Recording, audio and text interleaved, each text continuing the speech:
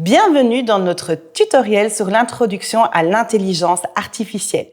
Vous trouverez sous la vidéo le lien de notre ressource pédagogique ainsi que de notre site internet diversiclick.be. Ensemble, nous allons parcourir notre support d'animation pour comprendre ce qu'est l'intelligence artificielle et son fonctionnement. Nous allons également découvrir un outil gratuit de VitaScience pour initier vos apprenants à la reconnaissance d'images avec une IA. Prêt à plonger dans l'univers passionnant de l'intelligence artificielle? C'est parti! Nous allons maintenant commencer par configurer WooClap. WooClap est une plateforme qui permet de créer des présentations interactives.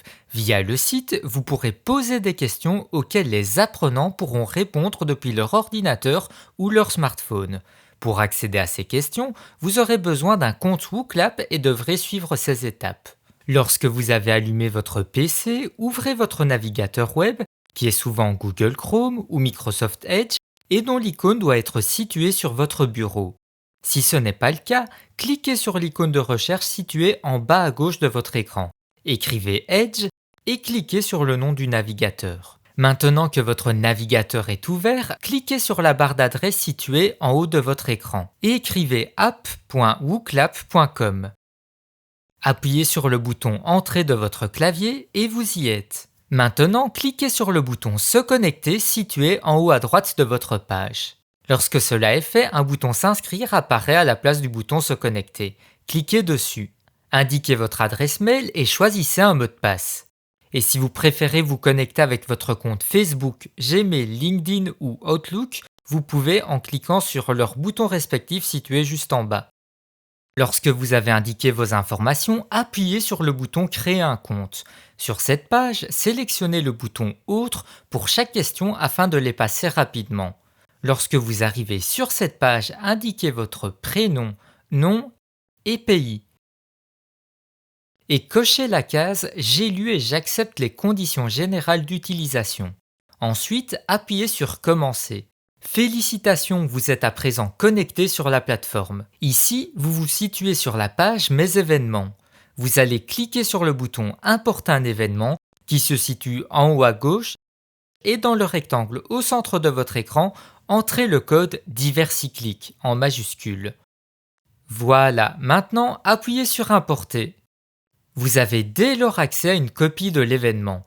Cliquez sur le bouton Afficher situé à droite du titre de l'événement. Une nouvelle page apparaît avec un code d'accès que vous allez pouvoir partager avec les participants. Les participants devront se rendre sur le site web de WooClap, que ce soit sur smartphone ou PC, afin de répondre à une question. Les réponses s'afficheront ensuite sur votre écran. Il est préférable de cacher les réponses des participants dans un premier temps, pour éviter qu'ils ne s'influencent entre eux. Pour cela, appuyez sur le petit nuage bleu à gauche de votre écran. Pour les afficher de nouveau, il vous suffit de recliquer sur cette même icône.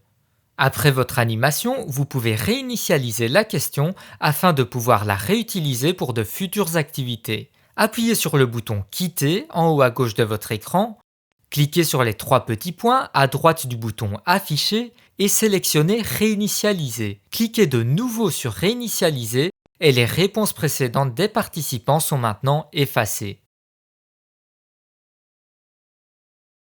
Lorsque l'apprenant allume l'ordinateur, expliquez-lui que le bureau est la première chose qu'il verra. C'est là qu'il trouvera des icônes pour lancer des programmes ou accéder à des fichiers. Prenez le temps de bien lui détailler chaque étape à venir.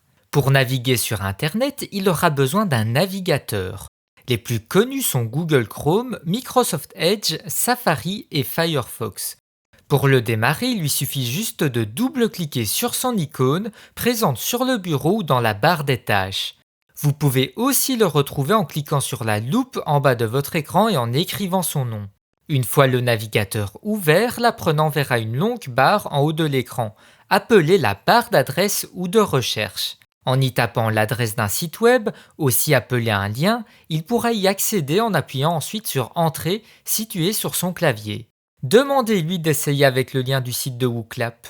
https://wooclap.com. Entrer le lien complet sera l'occasion d'un petit exercice pour apprendre à écrire les caractères spéciaux du lien. : // Si l'adresse exacte d'un site est inconnue, l'apprenant peut utiliser un moteur de recherche. Expliquez-lui qu'il s'agit d'un outil qui permet de trouver des sites en utilisant des mots-clés. De nos jours, les navigateurs permettent de rechercher directement en tapant ces mots-clés dans la barre de recherche, puis en appuyant sur le bouton Entrée sur son clavier. Les résultats apparaîtront sur la page suivante. Guidez l'apprenant à repérer un lien avec le mot WooClap et l'adresse du site et à cliquer dessus pour accéder au site.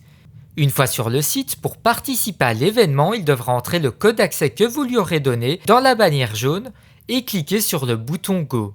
Les participants verront alors une page où ils pourront écrire tous les mots qui leur viennent à l'esprit en réponse à la question « À quoi le terme intelligence artificielle vous fait-il penser ?» De retour sur votre PC, vous pourrez afficher ce nuage de mots en direct et en discuter avec les apprenants. Ces mots serviront de base à votre réflexion collective. Ensuite, proposez une définition simple de l'intelligence artificielle et donnez quelques exemples concrets. ELISA, un programme écrit dans les années 60 qui simulait une discussion avec un psychologue en reformulant les réponses des personnes sous forme de questions. C'est l'un des premiers programmes considérés comme une forme d'IA.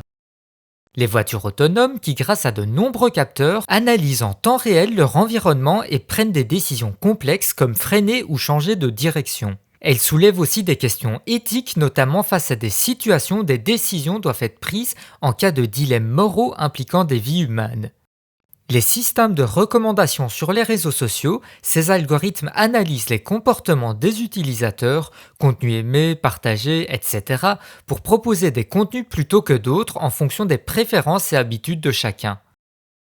Expliquez maintenant aux apprenants qu'ils vont tester un modèle de reconnaissance d'image développé par Google. Il s'agit d'une petite expérience où ils dessineront rapidement des objets que l'IA tentera de reconnaître. C'est une façon amusante d'entraîner un modèle de reconnaissance de dessin tout en contribuant à un vaste ensemble de données pour aider les machines à mieux comprendre les formes. Pour cela, l'intervenant va devoir accéder au site. Comme on l'a vu précédemment, il doit écrire sa requête dans la barre de recherche du navigateur. Ici, ça sera Google Quick Draw.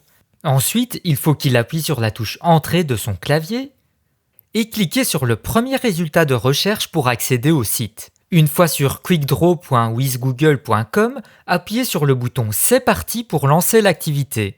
Il vous sera demandé de dessiner plusieurs objets avec la souris. Quand vous êtes prêt, appuyez sur le bouton OK.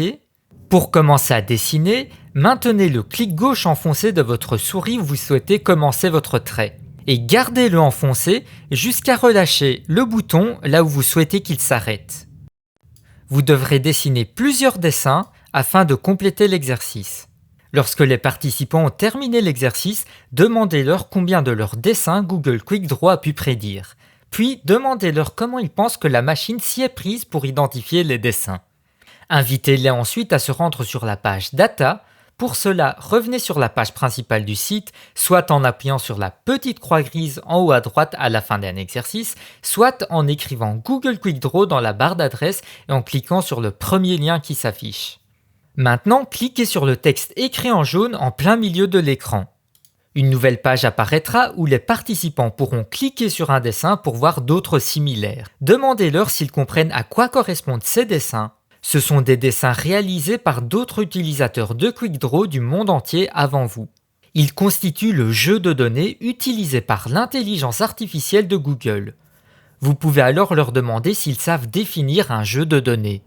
Expliquez-leur que c'est une collection d'informations, comme des chiffres, des textes ou des images, utilisées pour entraîner un programme informatique à reconnaître des motifs ou à prendre des décisions. Demandez aux élèves s'ils pensent que Google Quick Draw est intelligent et pourquoi. Expliquez aux apprenants que pour bien comprendre ce qu'est l'intelligence artificielle, il faut d'abord examiner chaque mot séparément. Le mot artificiel désigne quelque chose qui n'est pas naturel, souvent créé par l'humain. Demandez aux participants de donner des exemples de choses artificielles.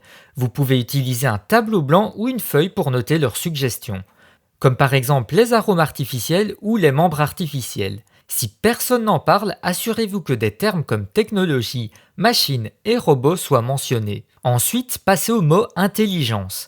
L'intelligence implique l'utilisation de l'esprit pour comprendre, appliquer des connaissances, résoudre des problèmes et faire preuve de créativité.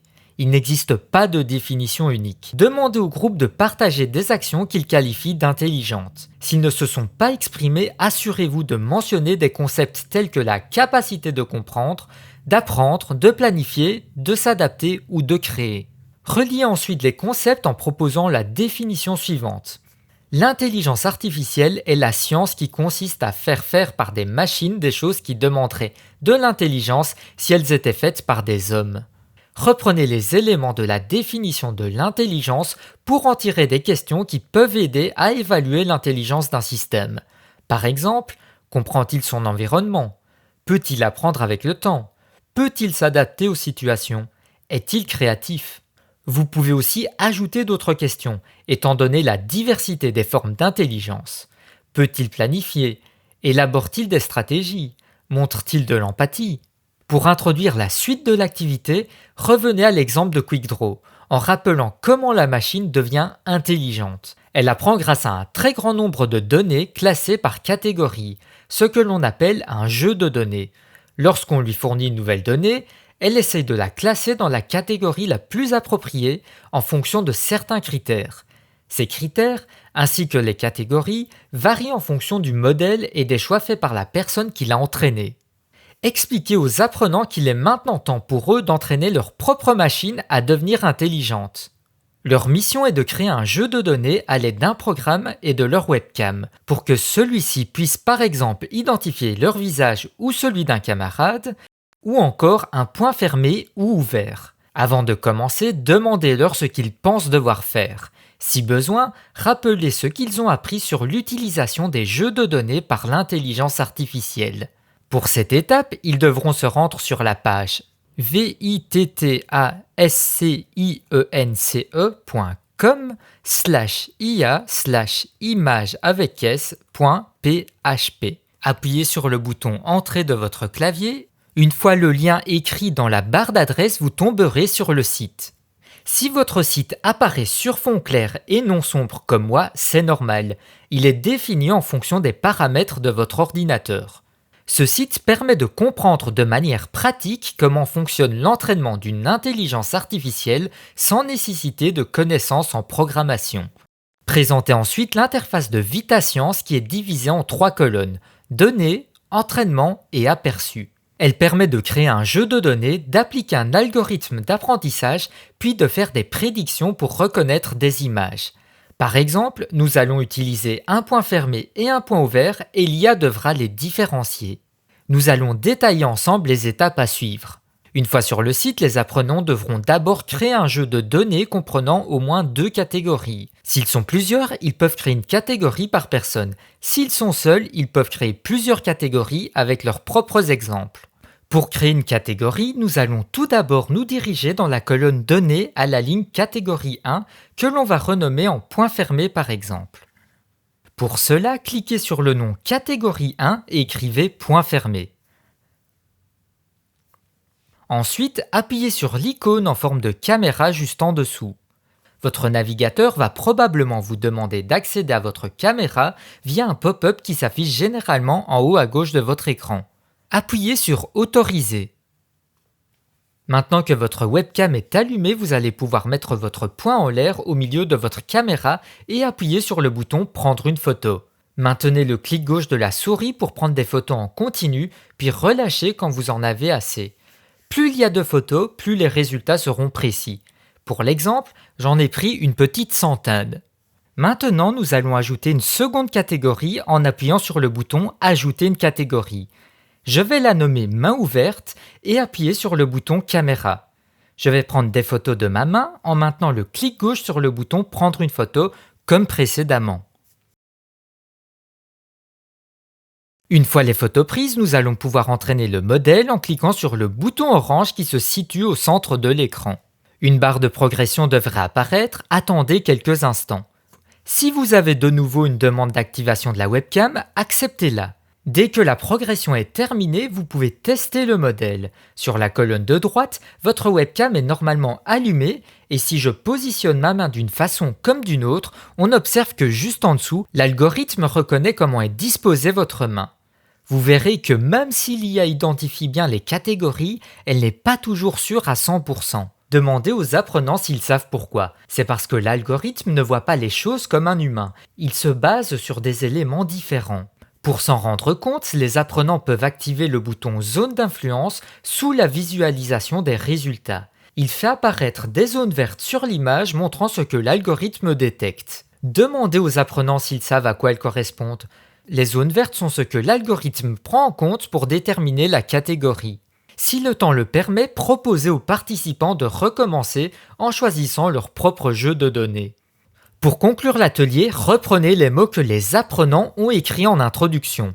Avec un regard neuf, demandez-leur lesquels de ces mots correspondent toujours à leur vision de l'intelligence artificielle, ou au contraire lesquels leur semblent inappropriés. Vous pouvez terminer en leur expliquant qu'il existe de nombreuses autres applications de l'intelligence artificielle. Pour poursuivre sur ce thème, nous vous proposons 2 autres activités. L'une sur l'intelligence artificielle générative et l'autre sur les biais de l'intelligence artificielle. Merci d'avoir suivi ce tutoriel, l'équipe d'Iversiclick vous souhaite une excellente animation.